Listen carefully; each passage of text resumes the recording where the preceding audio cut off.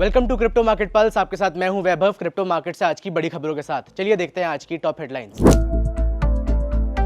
Bitcoin में गिरावट जारी, प्राइस $64,000 की रेंज में। वीजा, मास्टरकार्ड और स्ट्राइप मिलकर लॉन्च करेंगे नया stable coin platform. US regulator SEC के 5 ईयर प्लान में डिजिटल एसेट्स पर रहेगा फोकस, क्रिप्टो बना टॉप प्रायोरिटी। चार्ल्स श्वाब ने शुरू की 24/7 क्रिप्टो फ्यूचर्स ट्रेडिंग। बिटकॉइन इस वक्त $64,000 की रेंज में ट्रेड कर रहा है, जो कि 28 फरवरी के बाद से बिटकॉइन का लोएस्ट लेवल है।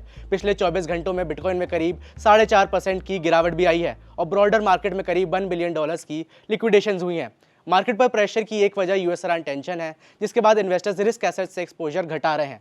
साथ ही जो कैपिटल पहले हाई रिटर्न्स की तलाश में क्रिप्टो में आ रहा था, उसका एक हिस्सा अब AI स्टॉक्स, गोल्ड और यूएस में हाई प्रोफाइल IPOs में शिफ्ट हो रहा है। वीजा, मास्टरकार्ड और स्ट्राइप मिलकर एक नया स्टेबल कॉइन प्लेटफॉर्म लॉन्च करने जा रहे हैं।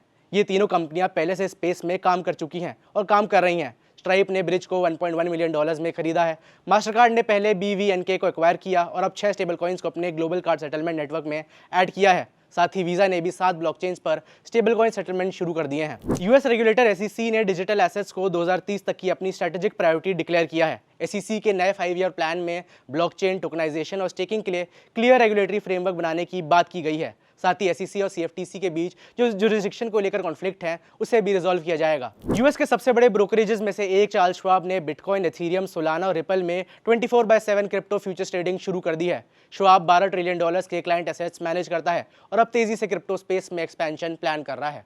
बिटकॉइन के लिए नेक्स्ट सपोर्ट अब $63,000 के आसपास है। अगर ये डिफेंड होता है तो बिटकॉइन कुछ समय के लिए कंसोलिडेशन फेज में जा सकता है, लेकिन इसके लिए पहले यूएस ईरान टेंशंस को कम होना पड़ेगा और साथ ही स्पॉट बिटकॉइन ETF से जो आउटफ्लोस हो रहे हैं उन्हें भी रुकना होगा।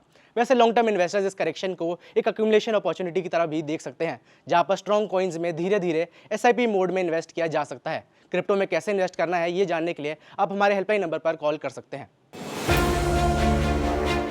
क्रिप्टो में एक टर्म बहुत पॉपुलर है, DYOR, यानी कि डू योर ओन रिसर्च। आजकल सोशल मीडिया पे आपने देखा होगा ये कॉइन नेक्स्ट 10x, ये मिस किया तो रिग्रेट होगा। लेकिन क्या हर ट्रेडिंग कॉइन स्ट्रांग होता है? जरूरी नहीं है।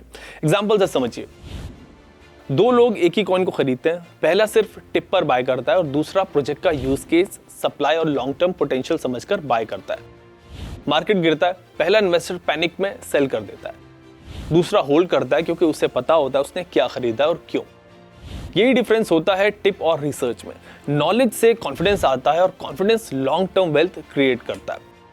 क्रिप्टो मार्केट पल्स का फंडा है कि मार्केट में एंट्री टिप से हो सकती है, लेकिन ग्रोथ सिर्फ DYOR यानी कि खुद की रिसर्च से होती है।